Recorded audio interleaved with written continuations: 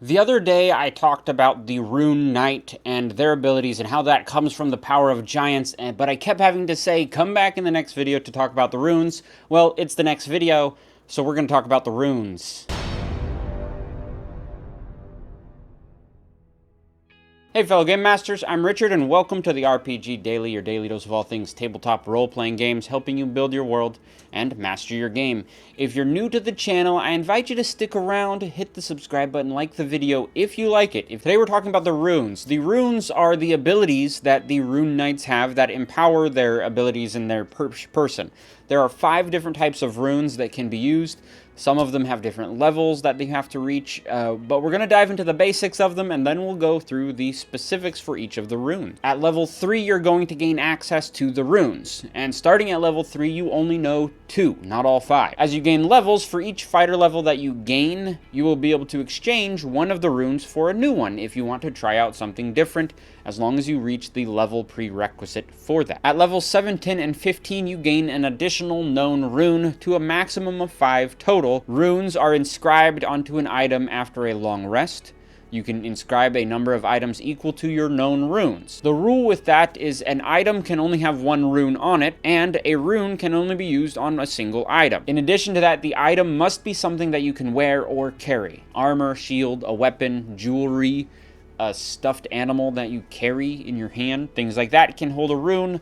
Things that are different, like a horse, can't carve a rune onto a horse. Some of these runes come with an ability that is, quote, invoked. This is an ability that can be used once per long rest, and sometimes those have a saving throw related to them.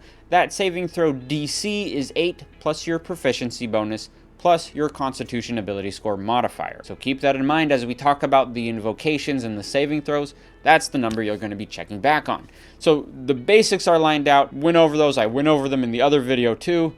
Let's get into the actual runes, the real reason you're here. The first rune we have is the Cloud rune from the Cloud Giants. Apparently, the Cloud Giants are very well known for their deceptive magics and illusions, and that's what this rune kind of entails, is deception. When you are wearing or wielding an item that has the Cloud rune on it, you gain advantage on sleight of hand checks based on dexterity, or deception checks based on your charisma score. The invocation of this rune is when you see a creature within 30 feet of you get hit by an attack. As a reaction, you may invoke the Cloud rune. This lets you target another creature within 30 feet of you that you can see, and that target becomes the new target of the attack, whether this attack is melee or ranged. The only stipulation is the new target cannot be the attacker themselves, because that would just be silly. The next rune we have is the Fire rune. Fire giants are known as being great crafters and smiths, and that rune empowers those kind of abilities. The first thing you have when you are wearing or wielding an item with this rune on it is your proficiency bonus for tools is doubled, basically giving you kind of an expertise on tools. That's pretty cool, but the real fun actually comes from the invocation for this rune. When I read this, I thought this was dope. When you have the Fire rune equipped on an item, and you hit a target in combat with a weapon, you may then invoke the rune. Fire shackles will spring out of the ground and latch onto the creature. First off, those fire shackles deal 2d6 fire damage to your target. Then the creature has to make a strength saving throw. If they fail that saving throw, then they are restrained for the next minute. But wait, there's more. Once they are restrained, at the beginning of each of their turns on subsequent rounds, they're going to take another 2d6 fire damage. And at the end of their turns, they may attempt to break the restraints by making another strength saving throw. This could pair really well with a warlock casting hex onto something, and then you hit them with the rune, and they're hexed with their strength saving throws, and then they're stuck. The Frost rune is a pretty straightforward rune. Frost giants come from harsh, cold, tough environments, and because of that, they are very tough themselves. While you are wearing or holding an item that has the Frost rune inscribed on it, the first thing you gain is advantage on animal handling checks, which are wisdom-based, and intimidation checks with our charisma based. As a bonus action, you may invoke the rune, which gives you a bonus to your sturdiness. You will gain a +2 to your constitution and strength based saving throws and ability checks. When I say strength based, that means things like athletics is strength based. You gain a +2 for those, as well as the saving throws, which is pretty good. This ability lasts for 10 minutes, so it lasts for a good time. Next up, we have the Stone Rune. Stone giants, as we know, are famed for their good judgment and charming personalities, and that empowers the Stone Rune. While you are wearing or holding an item with the Stone Rune inscribed, you first off gain advantage on insight checks, which are wisdom-based.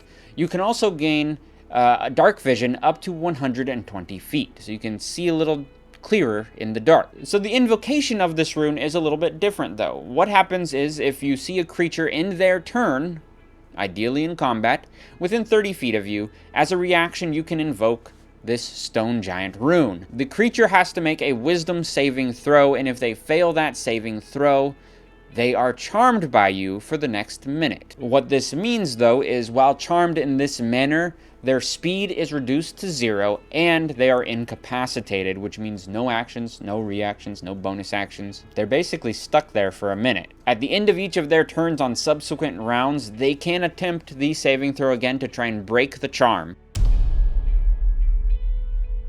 Next up, we have the Hill Rune from the Hill Giants, who are known for being very resilient, and they share that with you through this Hill Rune. The Hill Rune has a prerequisite. You have to be level 7 in order to use it, but when you are wearing or carrying an item that has the rune inscribed, the first thing you would get, though, is advantage on saves against being poisoned and resistance to poison damage. The second part is as a bonus action, you may invoke the rune, which will give you resistance to bludgeoning, piercing, and slashing damage for the next minute, making you a little harder to kill. Resilient, like those dang Hill Giants.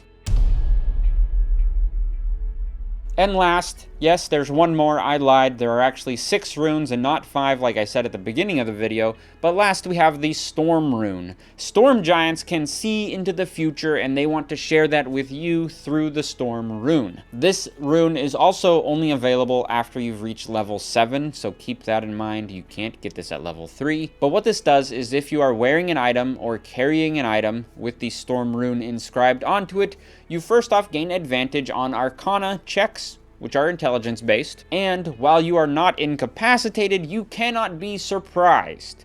There's a whole thing on, I actually need to make a whole video on surprise, because that's a whole thing in Dungeons & Dragons. Now, the invocation of this rune is something that's pretty powerful. As a bonus action, you can invoke the Storm Rune, and it kind of gives you a little bit of future vision for the next 1 minute, which is 10 rounds. Keep that in mind.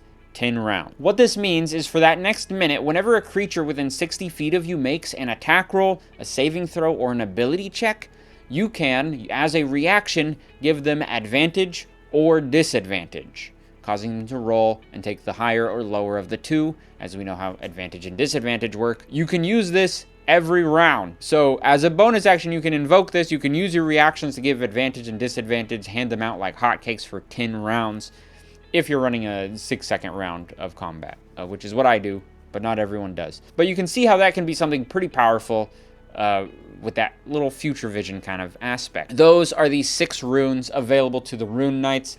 I've hoped you enjoyed this video. I want to know your thoughts on the runes. What are your favorite? What would you do differently if you wanted to make a rune for a Rune Knight? What would you homebrew up?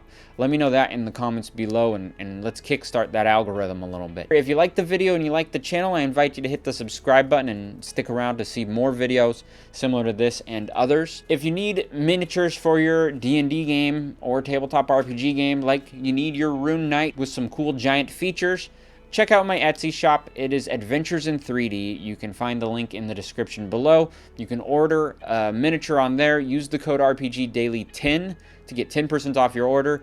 And I personally print every mini that I sell on there, and I ship them out in nice little boxes, and I think they're pretty cool. So check that out. I would really appreciate that. It kind of keeps the lights on here when they're on. All that being said, I've been Richard. Thanks for watching.